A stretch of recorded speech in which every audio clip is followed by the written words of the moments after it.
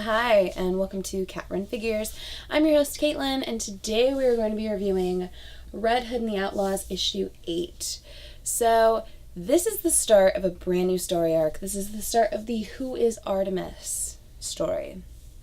So, if you've been reading Red Hood and the Outlaws at all, you know that Artemis is looking for the bow of Ra, and we find out that her origins changed a little bit, her backstory's changed a little bit, and her main motivation for being where she's at with the Outlaws is the idea that they're going to help her to locate the bow of Ra. So, before I get on into the comic, I just want to take a second and say, Kenneth Rockfort, you glorious, glorious man.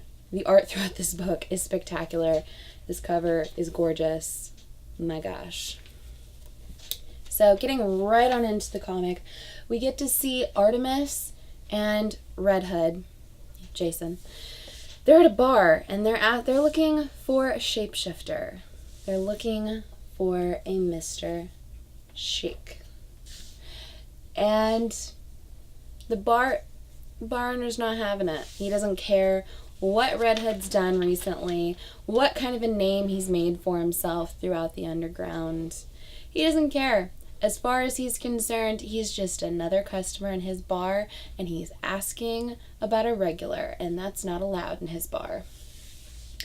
So, next thing we find out, we get to see is a bar fight breaking out. And, I mean, my gosh, just look how beautiful that is.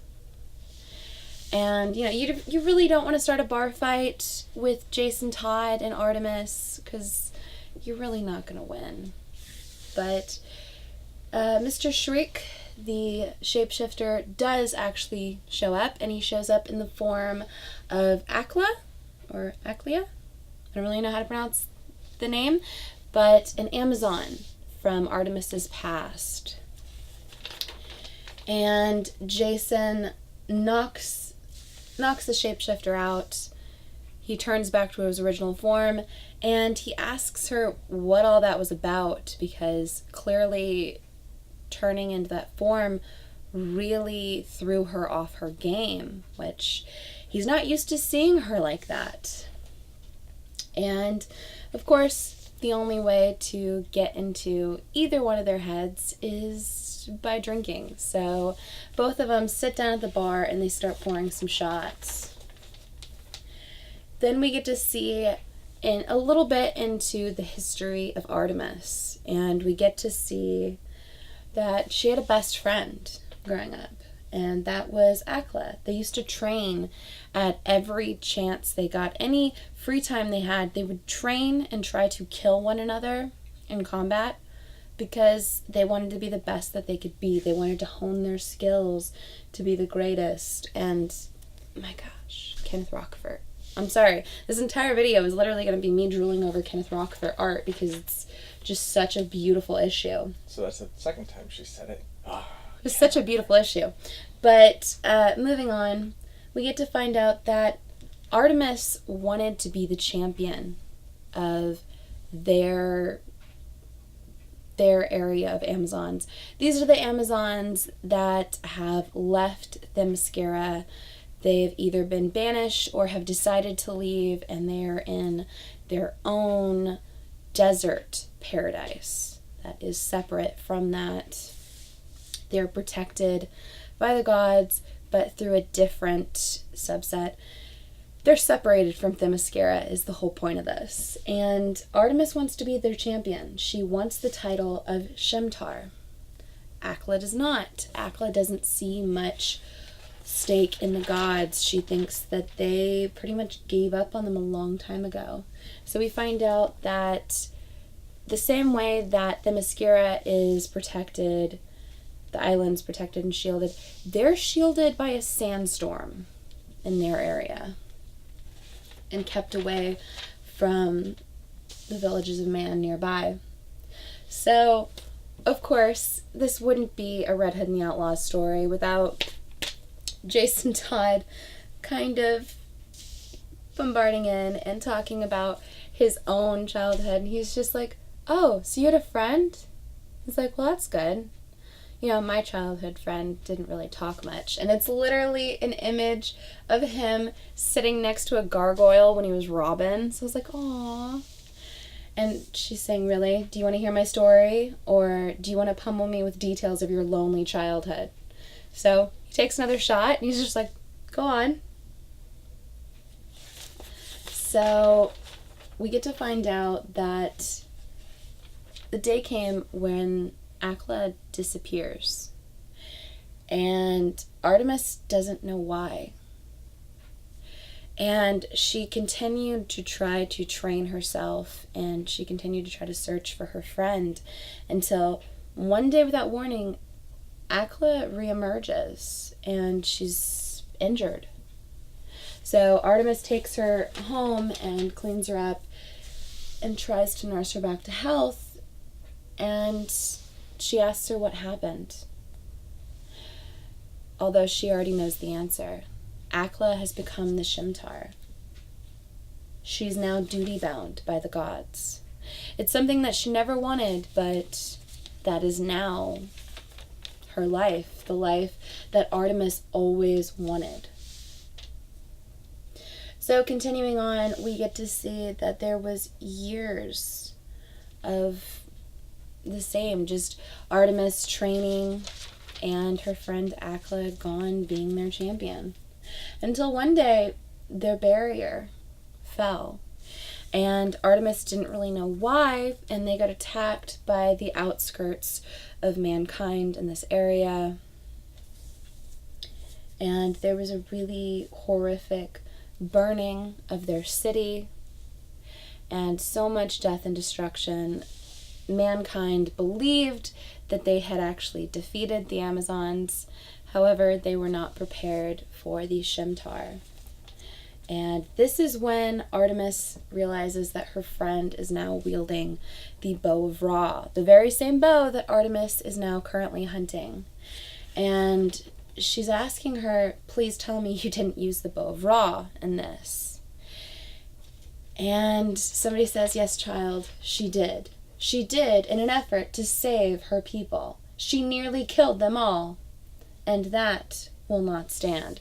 So we get to see Wonder Woman. And I gotta tell you, beautiful. Beautiful.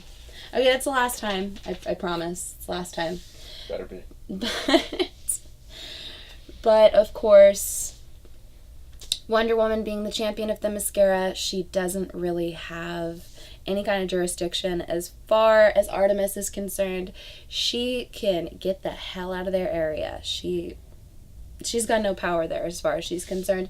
So Artemis goes and she attacks Wonder Woman, and the two of them get into a little bit of a fight. Wonder Woman doesn't want to fight Artemis. Wonder Woman is trying to reason out what's going on with her, that the bow of Ra and Akla actually caused all of this destruction for her own people.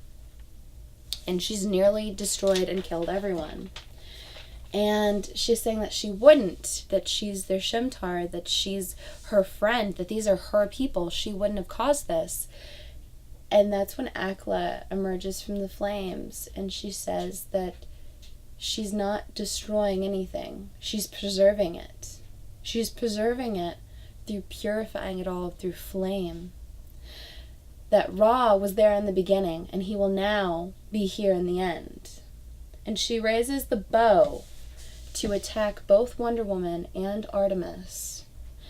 And now it's up to Artemis and Wonder Woman to take Akla down. So Jason's saying that it's hard to take down a friend that has taken on power like that, because they're not just going to give it up. You have to take it from them. And normally the only way to take that from them is by, unfortunately, putting them down and killing them. So that's exactly what happened in the story of Akla. She died in Artemis's arms, and it broke her heart. So continuing on, we get to see that both Wonder Woman and Artemis believed that the bow of Ra had been reclaimed by the gods during the struggle. And now she was fairly certain that it was still out there. And that's what she's currently going after. So you get to see both she and Jason grabbing their stuff. They're done drinking. They've got a whole lineup of shot glasses that they've had. And I love it because however so many drinks they've had, Jason actually thinks that he's got a little split second of a chance. So he looks at her, he's like, "Do you know how green your eyes are?" And she looks at him and says, "If you're trying to hit on me, I'll punch you in your head." He says, "Just saying." And then he clicks his helmet back on. So as they're exiting, they're dragging their now tied up shapeshifter behind them. And you get to see each of the other bar patrons throughout have been knocked unconscious during their bar fight. And yeah, so the next issue is going to be the hunt for the Bow of Ra. I'm really excited. I've really been enjoying this new team of the Red Hood and the Outlaws from Lobdell. I'm a big fan of the new 52 Red Hood and the Outlaws. It took me a minute to get on board with this team, but I've really been enjoying it. I can't wait to see what comes out of it moving forward. I want to see how they're going to fit Bizarro into the search for the bow. You know, he's kind of just like muscle. But, you know, give me a like if you like this video. Comment below and tell me whether or not you enjoyed this issue as much as I did. Did you love the art as much as I did? Subscribe to my channel for more comic book content, or check out any of my older videos I have up for offer here on Cat Run Figures. And until next time, I'm your host, Caitlin. Bye.